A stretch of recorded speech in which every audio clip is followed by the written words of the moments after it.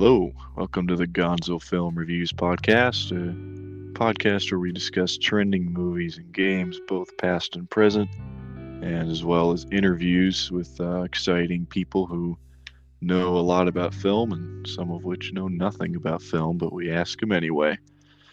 Today I'm joined by my co-host Cloud. How are you doing, man? Oh, I'm just dandy. How about yourself? You know what? It's been a spectacular day for many reasons, but I'm doing great. Good.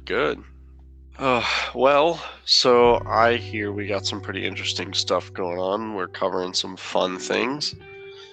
We do, and we are. Yeah, there's Yeah. exciting news. There's fun advice coming up. And and as we have- always, there's a new movie, right?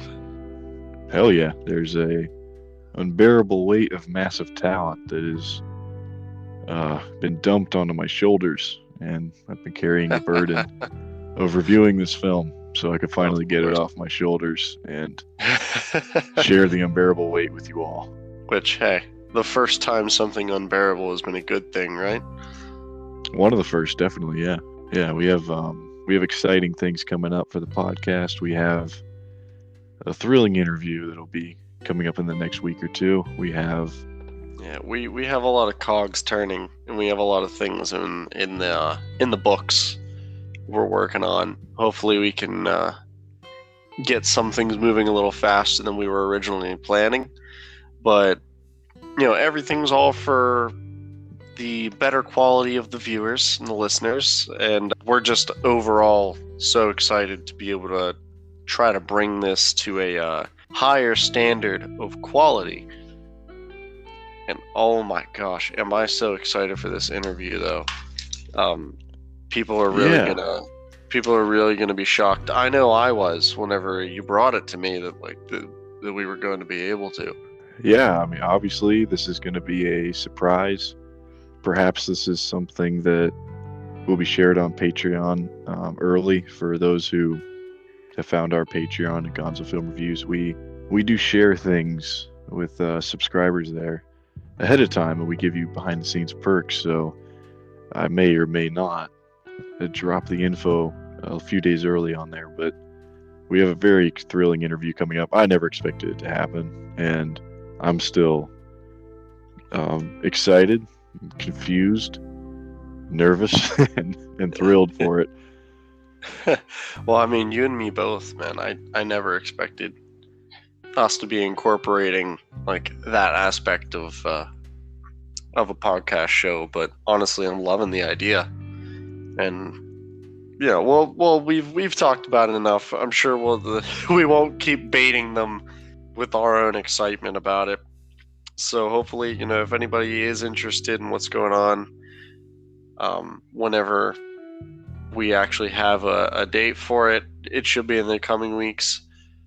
The information will probably be up first on the Patreon, as Rango here has said. And if you're interested, go ahead, check that out. But for now, I, my friend, want to hear about some massive talent and the unbearable weight of such. You came to the right place, not because I have any, but because I saw someone else's and I'm ready to criticize it. All right. Well, I mean, it is Nick Cage, so... It is, and that really sets the tone for the whole film. And which means that the dominating word of this one is confusingly funny. That's 2 words. The 2 dominating words of this one are confusingly funny. Because, see, it's so confusing, I've lost track of how to count words. That's okay. It was good. I enjoyed it for what it was and for the experience I had. And I'm gonna go spoiler free. I usually do, unless it's a very well established film, like Amadeus. It's been out since the 80s. If you haven't seen it, then that's your fault. But this one's brand new, so I'm not gonna spoil it. It's very funny. There's a lot of good humor in it, but it's also very confusing about what exactly it's trying to say and what it's exactly what even happens at the end is so confusing trying to figure it out.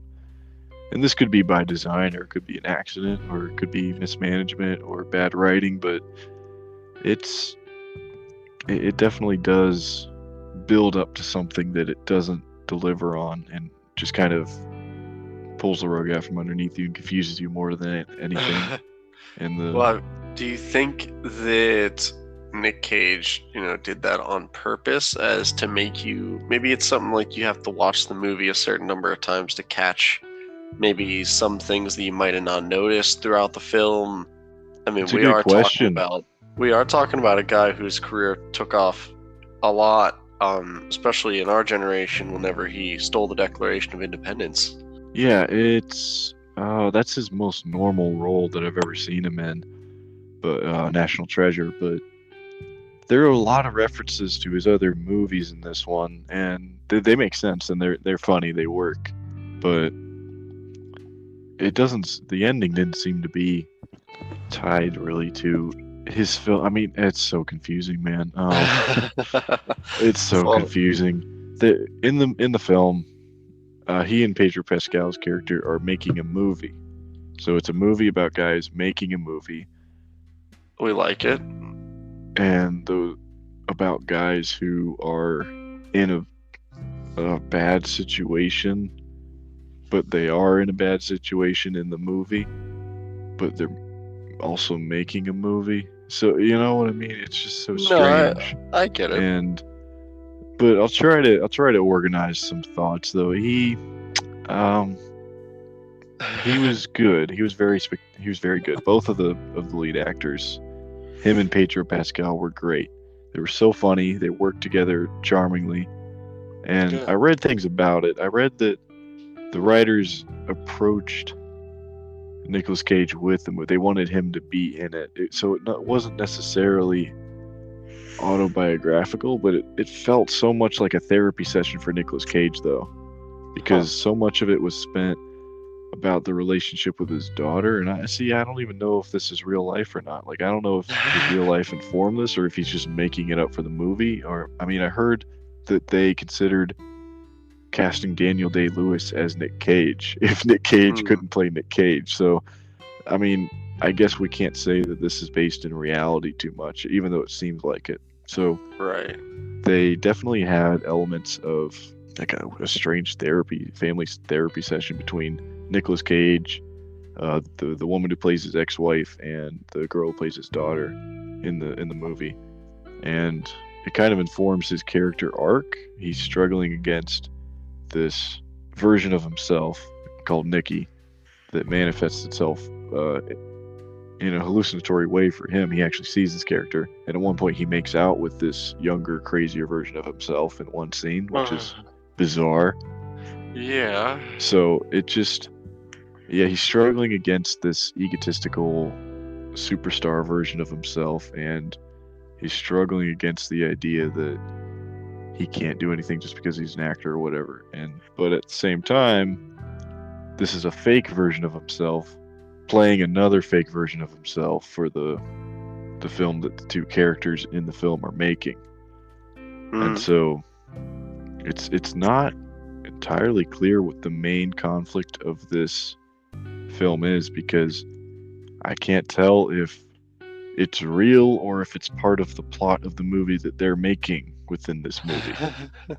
So it's like a dream within a dream type stuff.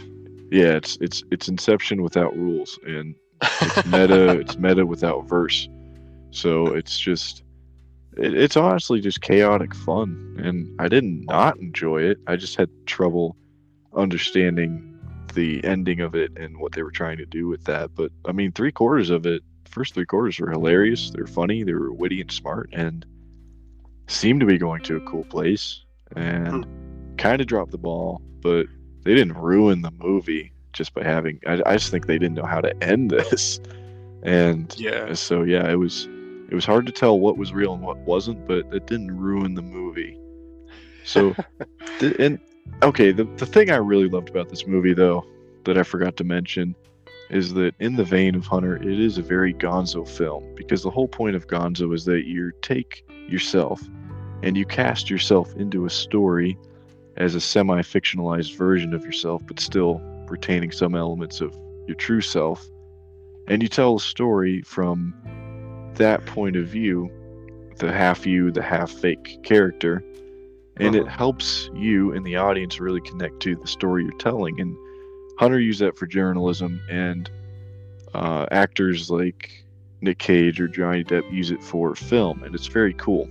It's very cool to Mhm. see the way that they apply some basic truths to their character so it gives them more emotional realism than a lot of other actors are able to achieve.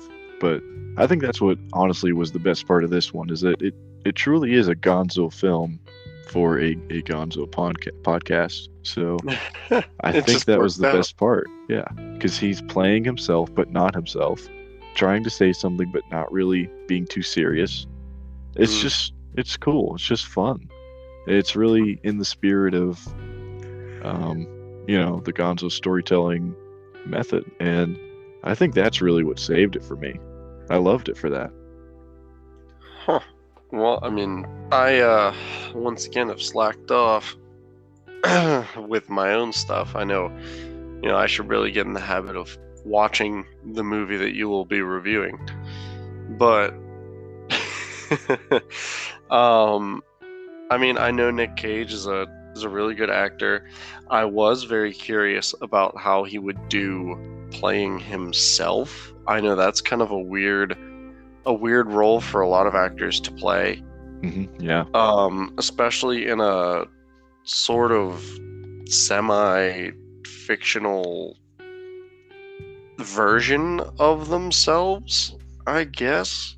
I I just can't imagine the headspace he would have had to be in, like be himself, but be this other version of him.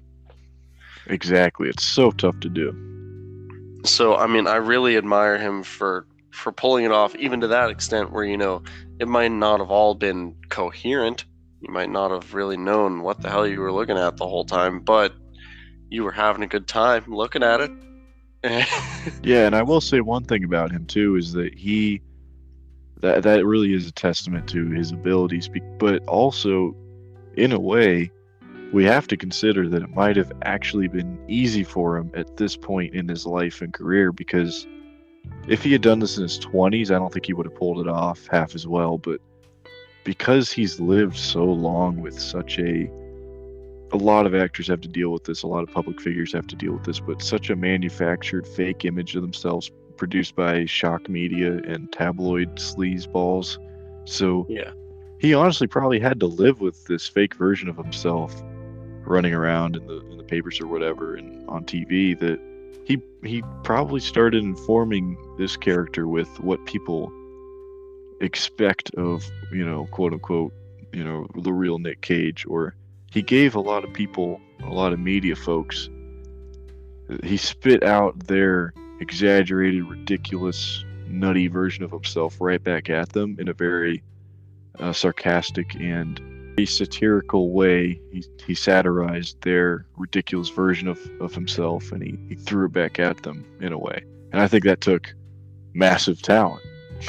So Yeah. honestly, my own opinion of this damn movie is changing mid review. I think it was better than I originally thought. The point Well, was not the ending. The point was the characterization. I think that might have actually been the target for the movie anyway, because the way that I've watched the trailers at least, the way that it seemed to be set up, there was less focus on an actual storyline and a lot more focus on it's Nick Cage. Like, this is his character, this is what he's doing, this is what they want from him.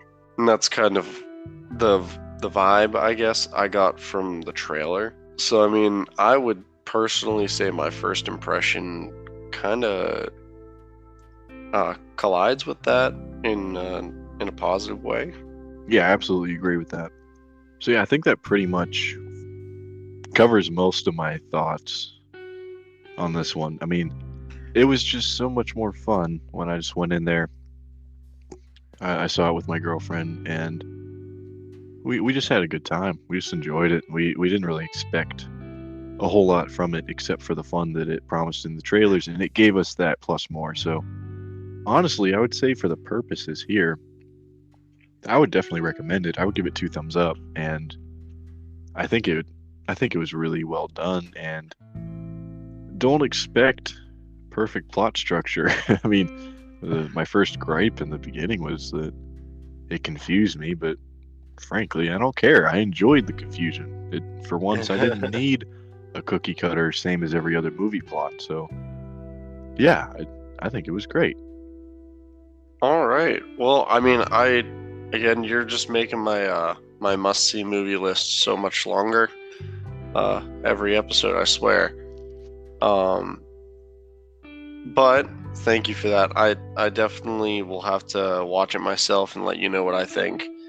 And maybe next episode I'll tell you on here so everybody else can know what my opinion on the matter is, where we where we might agree and where we might disagree.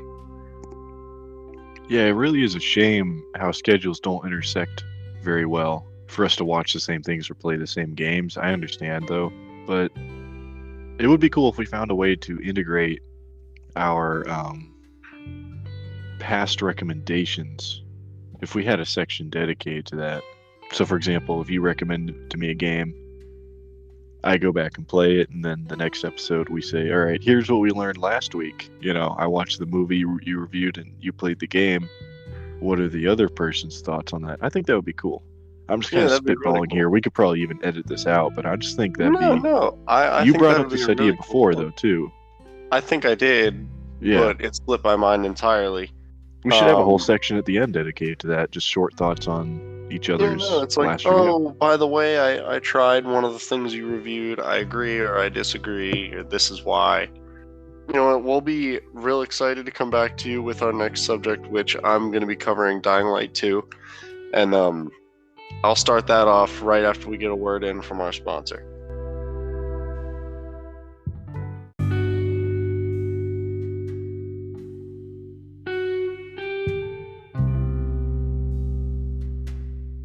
All right, so going on to talk about Dying Light 2, which is the game I have chosen to cover for this week.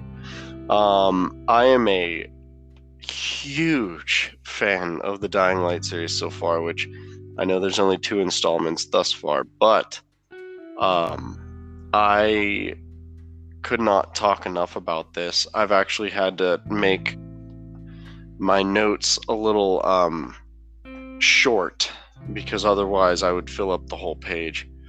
But I definitely get that. First point I definitely want to make, and I'm going to try to make this review as unbiased as possible. Granted, that'll be a little difficult for me just because, as I've stated, I love the Dying Light games. I believe that Techland is a fantastic company. They're very dedicated to their fan base, and they haven't let me down yet. So, I know that, well, speaking of like something of letdowns, the game was delayed a few times. I know it had a couple previous release dates.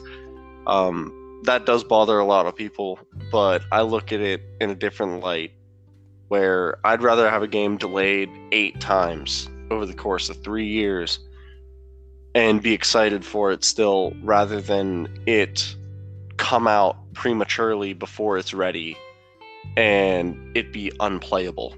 That's such a good point. So many people complain about video game delays, and they're different from movies. They take so much more, and they take very precise programming, but people are also demanding so much more from video games. So the programming inevitably becomes incredibly complex. So there's no way that they're always going to make a game in like 6-12 months. It's just not going to happen if you want these giant, amazing games. And Alex from Podcast Now has always said the same thing. I hear him say all the time, delay, I'm disappointed, but you know what? I'd rather have a good game than have a situation where we get another game. It's Unfinished like, product. yeah. What was that And What was that one with Keanu Reeves that came out and it was a oh, huge jeez, scandal? Cyberpunk. See, Cyberpunk. That was a it's disaster. taken them so long to fix it back up. It's playable now. It's actually a very fun game. I beat it myself. I Yeah, did enjoy Cyberpunk, which, maybe one of these weeks I'll review Cyberpunk and go a little more in depth on it. But that's kind of the prime example of, don't release it before it's ready. Because if it was ready when it released, Cyberpunk would have immediately gone up to like one of the AAA games of the year. definitely. And I firmly believe that because it really is fun. It's just they got too excited. They let the audience and the fans kind of sway them into putting it out before they were really ready for it. And that came back to bite them in the worst way. Um, but I do respect Techland for being honest and delaying it. And it's out. I mean, we got what we wanted. The game came out. I know there was a time where fans like myself even worried that it might not even come out for another year or so. Or there's always that worry when something gets pushed back so many times. The project could be abandoned or anything could happen. But granted, it was delayed a few times, and when it finally released, so excited. I pre-ordered it myself. I jumped right into it, and multiplayer wasn't available right off the bat on consoles, which that's fine. They had to do something for it. It was added shortly after, and they even had a day one patch which fixed a lot of bugs. There were a ton of bugs on day of launch, but you can't be too surprised. Again, it was a game that clearly needed extra work for how much time before. They might have just been like, you know what, we can't make our people wait any longer. We've worked on the bigger problems. I'm sure there were much bigger problems. Again, I still play the game. It's a really good game. I don't think I'll put it down until I've done a completionist run of it. And the completion time for the game is a subject of its own, which 500 hours. They said 500 hours total to Dear do Lord. to do a complete run of the whole game. That's like 2 weeks at work for us. Yeah, it's bad. It's quite some time to commit yourself to a game, and that's the point that I think Dying Light 2 is trying to make. Is you have to be very committed to play the game. It has a 20-hour long story if you really just ran through it. But I don't know how much fun you'll have with it that way, simply because if you just run straight through the story, you're missing out on the full experience. And I'm saying that only because the leveling system and how it works in Dying Light 2 is slightly different from how it works in Dying Light 1, which there's still the XP system. You smack a zombie with a shovel, you get XP in combat.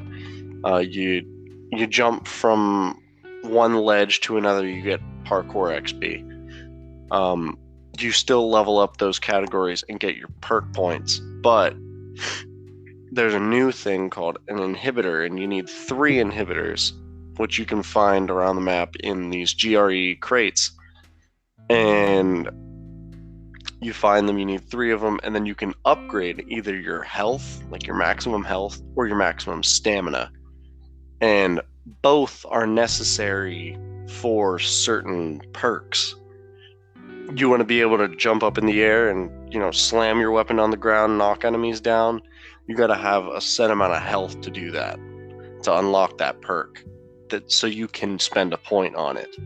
So the game itself kind of requires you to put in the time and have the willpower to kind of do that. But in my personal opinion, and I know a lot of people have complained about that, but I firmly believe that the work is well worth the reward. you, I mean, there's just something about being able to drop kick a zombie off of a bridge into the water in the game, and It just sounds like a good time. and it really is. And you know what? And you get that from being able to complete side quests. You spend the time, you level up, and before you know it, you go from having your, kind of clunky parkour style in the beginning of the game where you run out of stamina after 5 steps, or you climb up like a ladder and you run out of stamina. And everything's kind of really difficult to navigate, and you get that way because they really want to emphasize the reality of, you're new.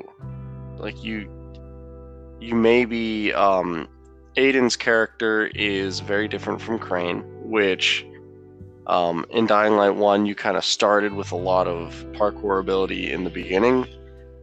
Granted, you could still unlock more as time went, but you kind of had the arsenal at your hands in the beginning of the game.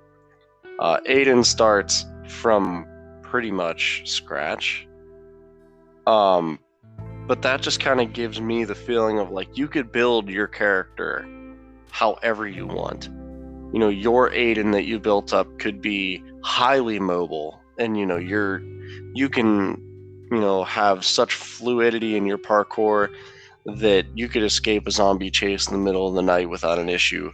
But then your friend could be so beefed in his health bar that he has all the combat perks, and that won't really help him get away or anything, but he'll be real hard to kill. And does that mean that there's a big emphasis on choice and different routes or different choices you make affecting your outcome in the game in a significant way? Or is it just more like you have a lot of options with customization? Oh yeah, well that's the thing. Your customization is one thing, but choice is such a big part of the game. One of the things that I like, they actually took notes from Far Cry, it feels like, in a lot of ways, but one of them is that there are like windmills in places, water towers, electrical stations that you repair and like clear out from zombies and whatnot, and you decide you can assign that place to a faction, and the choice you make on which faction you assign it to greatly affects the world around you. You can assign it to the survivors, in which they add a lot of things around the map which help parkour and getting around a lot easier. There'll be zip lines and like punching bag looking things you can like hug onto, and so you don't take fall damage when you fall off of stuff. There's trampolines. Like the survivors are very mobile. They're not really focused on bringing the fight back to the zombies like the peacekeepers do. If you assign to the peacekeepers, you'll get a crossbow. You'll be having like car traps and rigs, and it's all about the offensive and defensive with the peacekeepers. And that'll change how the map is. If you assign an area to the survivors, you'll see a lot more survivor NPCs around. It's very cause and effect in the game. The story so you have to strike itself, a good balance then. Yeah, well, me myself, I've done almost an entire survivor playthrough. Ooh, wow. And I like it. It's just my approach a little more.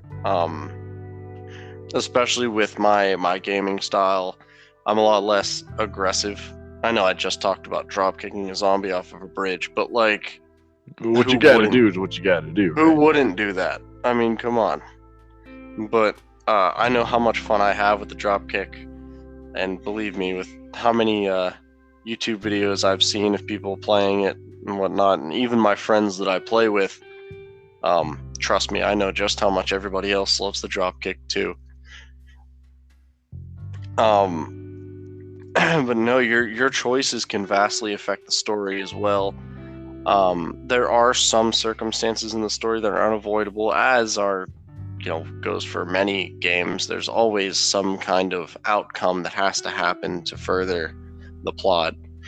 But as far as your end result, and parts of how you get there, they could be changed vastly based on your decisions.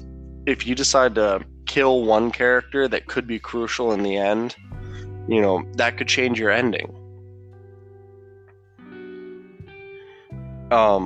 So as far as like changes go from the first game to the second game, there are a few things that I can most definitely talk about. Not just the choice system, which I've already mentioned just before, but differences in the look and feel of the game, the graphics.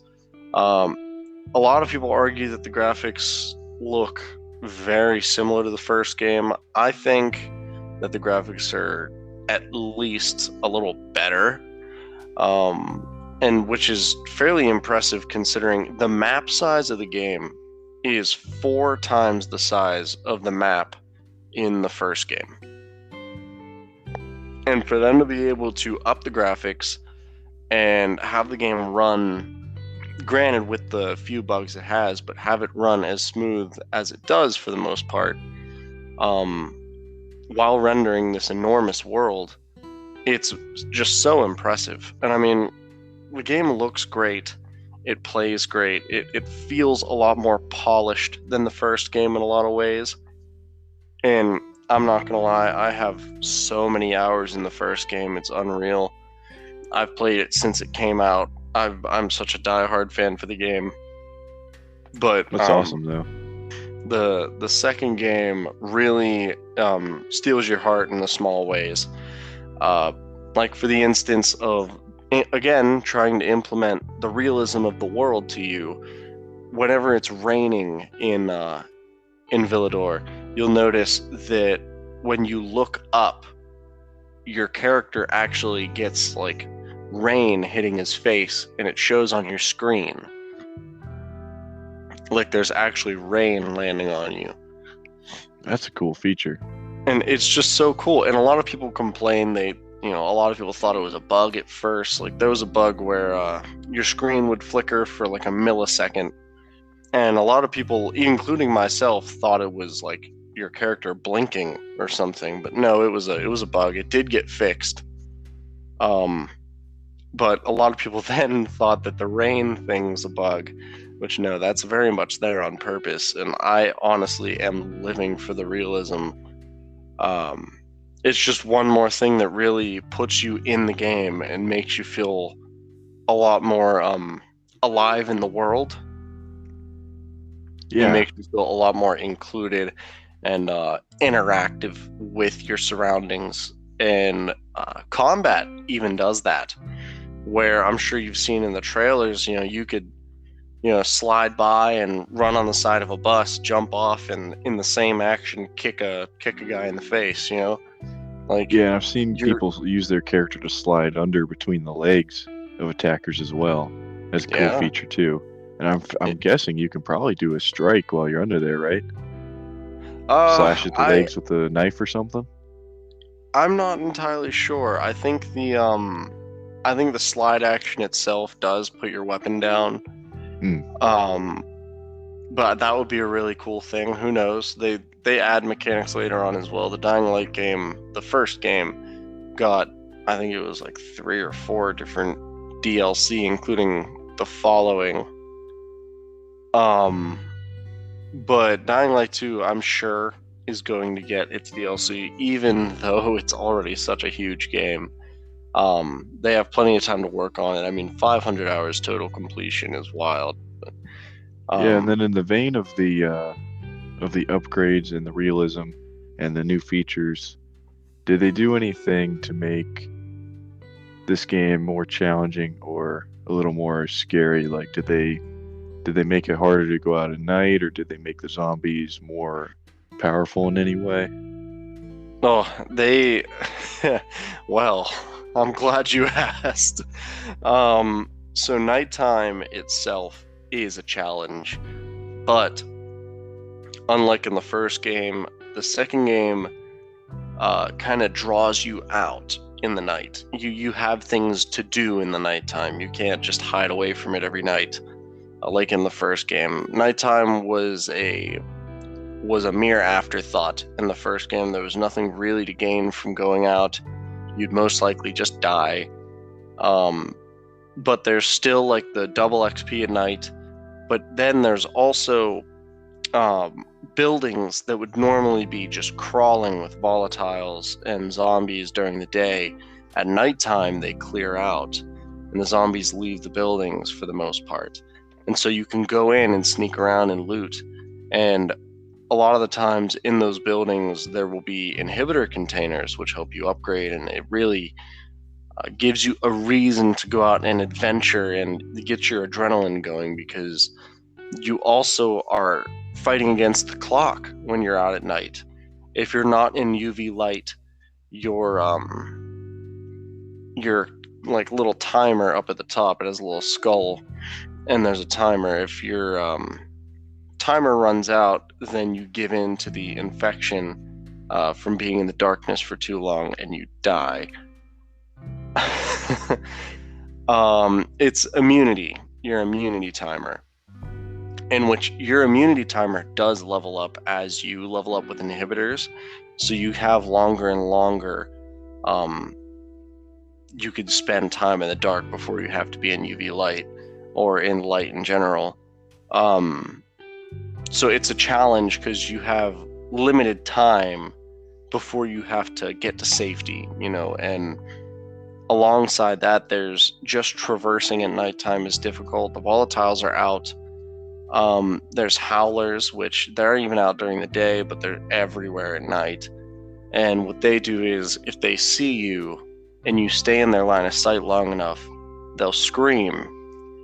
And that initiates a chase sequence, which zombies just come pouring out from everywhere, and they're chasing you very intensely. I mean, even as you're running, you could be running across the rooftops and navigating through buildings and jumping up and everything, and zombies will actually be like busting out of windows behind you and like really trying to get you. And the only way I've discovered so far to get away from a chase is to find a safe place with a UV light and staying there. Eventually the zombies can't enter UV light, so they'll leave you alone. Yeah, that would only slightly freak me out. Oh, it really gets your adrenaline pumping. It's a very intense situation at first. Me and myself, I absolutely hate howlers. I use a ranged weapon to kill them almost every time I see them, but that's also a big risk in itself, because if you don't kill them in your first hit, then they're just kind of triggered. Yeah. Nighttime has a lot to offer, honestly, and it has a lot to do with certain side missions can only be done at night. Certain story missions take place at nighttime. They really brought purpose to the night. And granted, the increase in difficulty is also well rewarded. There's a lot of options you have, and there's a lot of things you can do to get through the night without having to rest at a bed or something like that to kind of skip it. You'll always have like an event as you're running through the open world. You might see a survivor that's, laying on a rooftop crying out for help, and you can run over to them, and they might ask you for an immunity booster because their timer's almost out and they're scared they're going to turn. So you give them an immunity booster that you have, like one of yours, and they might give you like a weapon upgrade, or they might give you coins. It's a very involved game that will always keep you moving somehow, or it'll keep you distracted, which has been the case for me for the most part of my time in the game. I myself have not completed the story mode due to just side missions and wanting to get the fullest experience of it. So I've focused mainly on fully upgrading my combat and parkour, which thankfully I now know just how vastly your experience changes with the time that you put in to make your character stronger, it's like playing a whole other game compared to at first, where the combat and parkour eventually start to intertwine, where, you know, if you jump off of a ledge down onto an enemy and, your combat and parkour are up, you eventually have skills where you could drop down and, kick them in the head whenever you drop down. And then from there, you could drop kick them. And then while they're down, you could jump up and stomp their head. You could be like, almost like a kickboxer fighter. Sounds perfect. They added a parrying system for melee fights with other humanoid creatures, that like other bandits or other factions.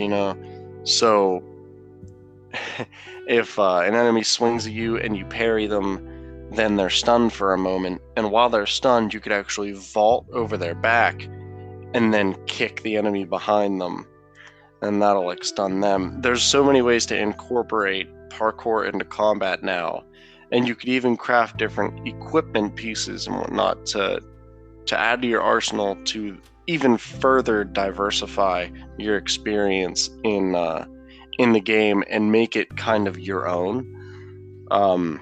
Me personally, I've found it very fun to use the grappling hook in fights. Even I grapple an enemy and pull them toward me, and they'll fall over, and then whenever they fall over in front of me, I'll jump up and stomp their head. And it's actually a very good, fast and efficient way of dealing with things, and especially when you're playing with a friend. One of my buddies and we got a really big laugh out of it when we first discovered this technique, because he was being chased by a zombie behind him he didn't know, and so I tried to grapple it toward me with the grappling hook, and I noticed the pop-up on its head whenever it was by my feet. So like I saved him from it, pulled it toward me, and then jumped on its head. And he sent me the little video clip of it, and from his point of view, it was pretty funny. Oh man. But it's such a fun game to play by yourself, even, and especially with friends. I mean, I could not recommend it enough to play it with people. Especially people don't mind having an investment of time in something, because going through and leveling up with somebody in this game it really takes the what's the word I'm looking for? It really takes the dedication. I was gonna say more along the lines of like takes the boring aspect out of the grind. Okay, so it breaks the monotony. Yeah, there you go. That's what I'm after. And you really find new ways to enjoy the game and its facilities that it offers you for entertainment, because there's always two little random events could happen at once when you're running across one rooftop. You're running across a rooftop and then you see a little blue diamond on your left and on your right, and that means that somebody's calling for help for something. So, you go over to the one on your right and it's like a group of bandits beating up on one survivor. So you go up and save them and they give you a few coins. And then you go to the one on the left and it's, a really tough zombie enemy, patrolling around, and it's like, oh, I should kill that. And then and then it gives you like a weapon. You know what I mean? Yeah. It's just such a fun and engaging game once you put your time into it. And I think that's its biggest obstacle.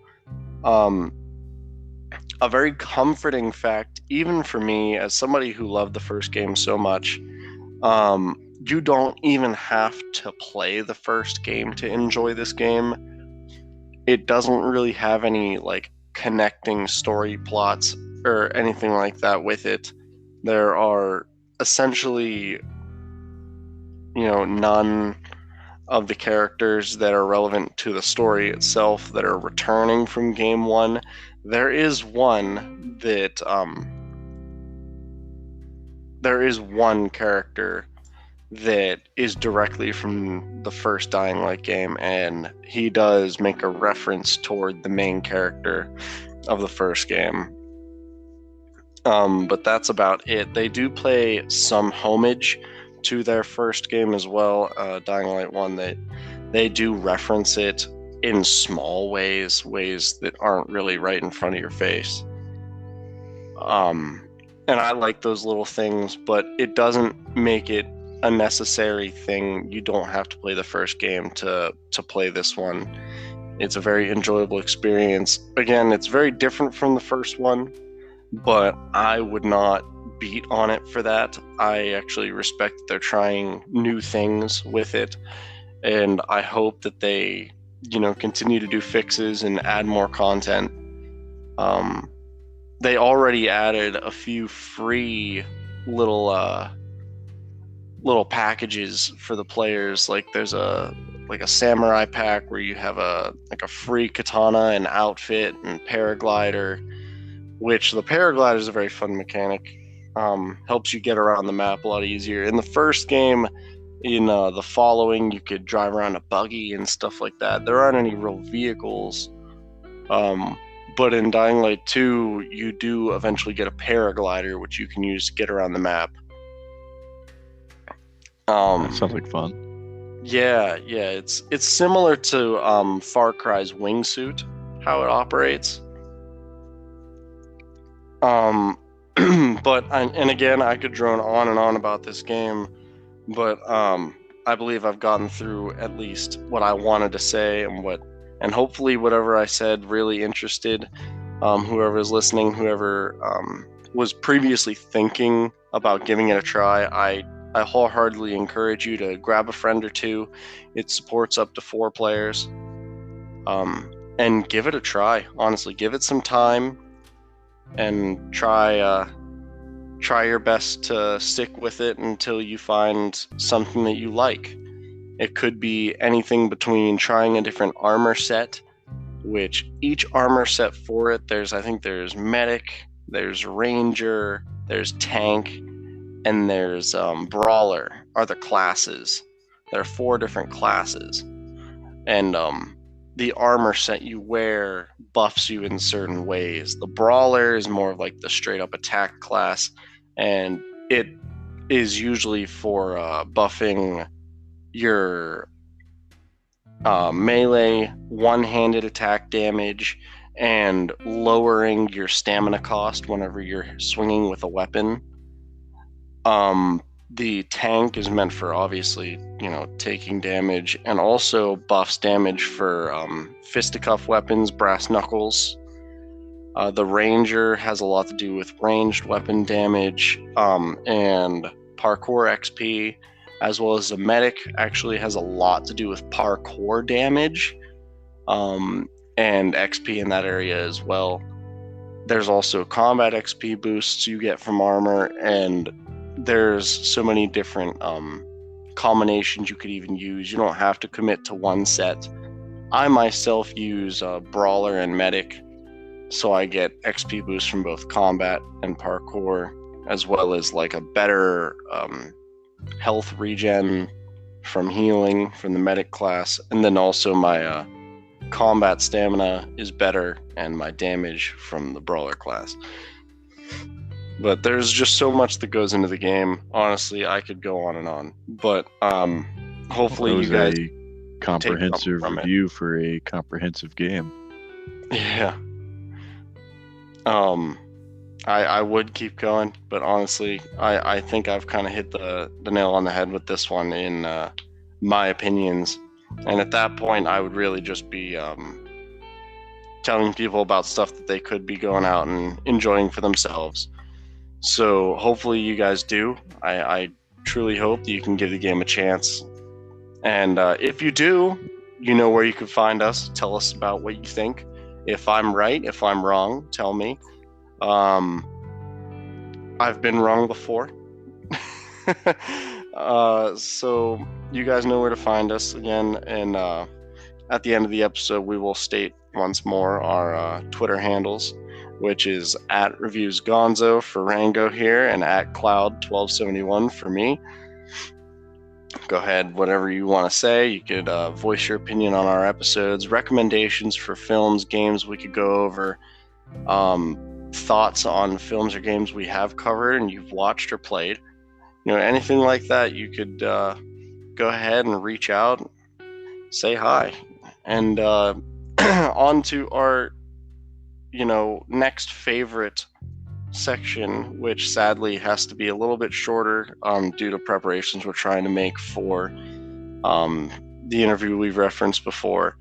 But we do have some pretty good stuff for you. And I'll let Rango go first on this one because he has some interesting news. Recent events. I should update everyone. A few weeks ago in that episode where I mentioned that it seemed like Elon Musk was joking about buying Twitter. Well, today he bought Twitter, and so there's been a meltdown, and it's kind of funny to watch. Oh, man. There are a lot of people throwing a fit, saying things like, oh, great. That guy wants to bring his free speech into our platform. What the hell is that? So I'm like, that's just funny to watch. I'm like, why do you guys feel so threatened about the possibility of him unbanning people that you disagree with? It's do you need an echo chamber, a fake echo chamber at that? The digital one. It's not even in the real world. Like, how important is Twitter to you guys really that you can't handle the fact that there's going to be other people who don't think exactly the way you do about every little thing? And how impactful do you think that their freaking tweets are going to be, in the annals of human history? I don't think it's that big of a deal. If some crazy billionaire wants to buy it up, I say go for it. And if I don't like what he does, if I don't like what he does with the platform, I delete my account and I go to a different platform, and they have every opportunity to leave for some other platform if they feel threatened by seeing things on the internet, the land of not real, that they don't quite like. So, go for it, guys. Just get off the platform. It's high time you did. If you are this sensitive and weak about internet words that were typed up by some person you don't even know, most likely. So, it's just people are acting like it's a huge deal. The conservatives are celebrating. The liberals are, well, not the liberals. I should clarify. There's a huge difference between liberals and socialists. So yeah. The left is freaking out, the right is celebrating, and average normal people in the middle are just kind of going, I hope things turn out all right. As per usual. Yeah. We just kind of watch them go to war with each other as usual, and one of them says the sky's blue, so the other has to say it's purple. So they always agree that they are going to disagree. They never agree to disagree, but they always agree that they will disagree. There's a huge distinction. And it's funny to watch them all burn things down just because they're so damn threatened by the mere existence of the other side or anyone who doesn't agree with them. And it's so funny to watch all of their panties get in bunches. It's so entertaining. So yeah, average folk though, we're just sitting here enjoying the fireworks. But I just had to update everyone. He actually did go through with it. So if anything happens to me on there at Reviews Gonzo, you know why. It was probably the billionaire. The free speech billionaire probably censored me. It was Musk. Yes, it was Mollusk. So yeah, that was our exciting news segment for the day. Tune in next week for all the exciting breaking news and current events, and we are the new alternative media.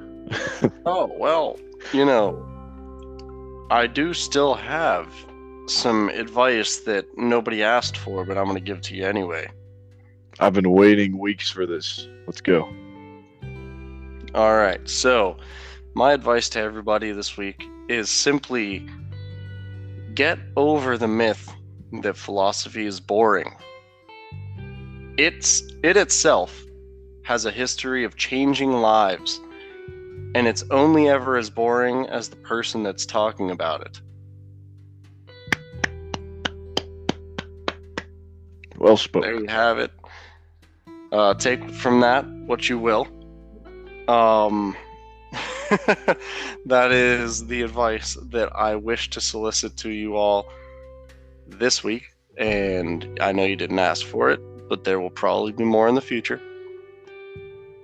Hey, as long as none of us, you know, approach you with it, it becomes advice. Because Yeah. once someone actually asks for advice, I've discovered, they don't actually want it. They just want to hear someone tell them what they want to hear. And usually, when someone asks for advice, they do the opposite of what the advice is. So the only advice that really changes people for the better is unsolicited advice. So, Mhm. granted that it is genuine and not, a stupid criticism like, some Karen going, I want to give you some advice. Maybe you should stick your head up your ass, stuff like that. It's just, but real, genuine, unsolicited advice is the best thing ever. Absolutely. Well, I believe that a little piece of advice per week honestly could help somebody out there understand something, or whether it's something about something going on around them, something about a life change they could make, or even something about themselves. So I will continue to solicit advice nobody asked for. It's the perfect outlet for it as well. And so, I just got to thank everybody for all the support we've got in the past 5, 6 weeks. It's been crazy. I wasn't expecting most of it, but I enjoy all of it, and I appreciate all of the support, the feedback, and the participation. And exciting things are coming up. It's progressing faster than I expected. Yes. Thanks to everybody who's listening, and thanks to And everybody who engages with us. yes, you guys have all been amazing so far. Hoping that we can keep this thing going and make some a little more of it in the future. Maybe it does help a lot that you guys listen each week.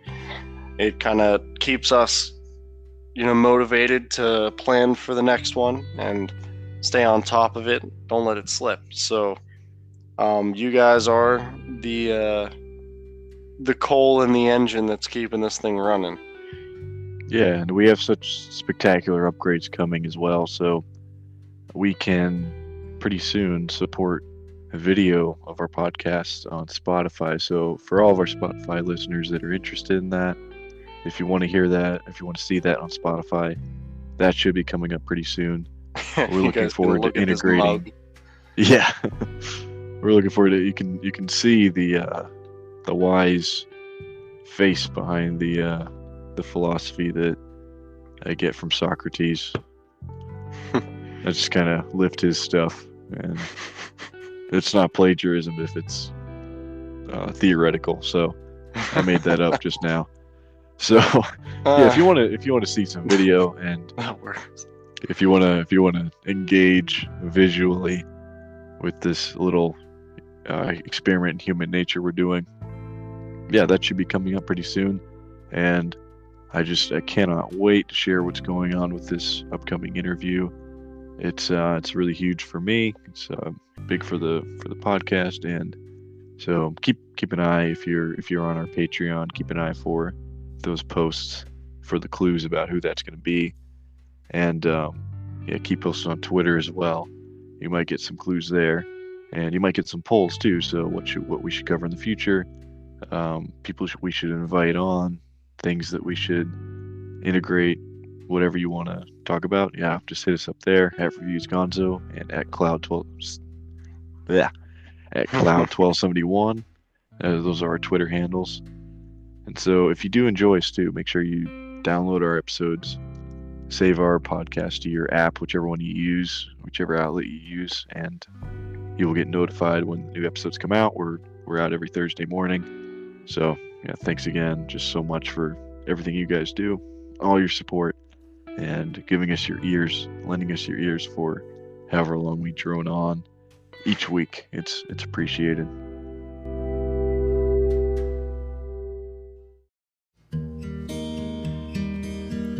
Hello, darkness, my old friend.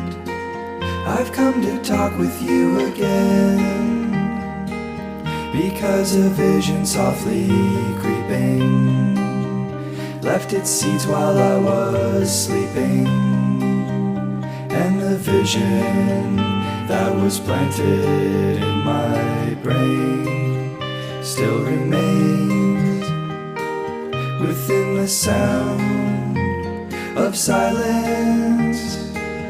In restless dreams I walked alone, narrow streets of cobblestone, neath the halo of a street lamp.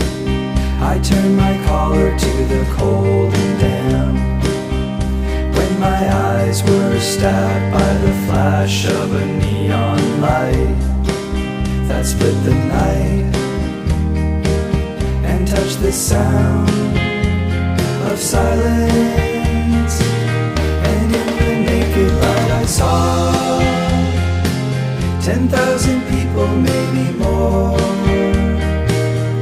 people talking without speaking, people hearing without listening, people writing songs that voices never share.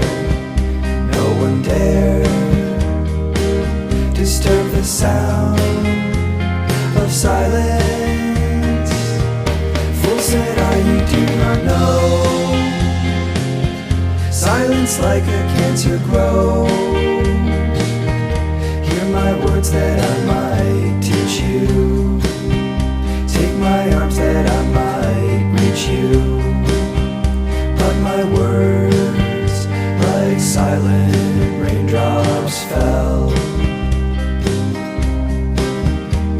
and echoed in the wells of silence. And the people bowed and prayed to the neon god they made, and the sign flashed out its warning in the words that it was forming. And the sign said the words of the prophets are written on the subway walls and tenement halls, and whispered in the sounds of silence.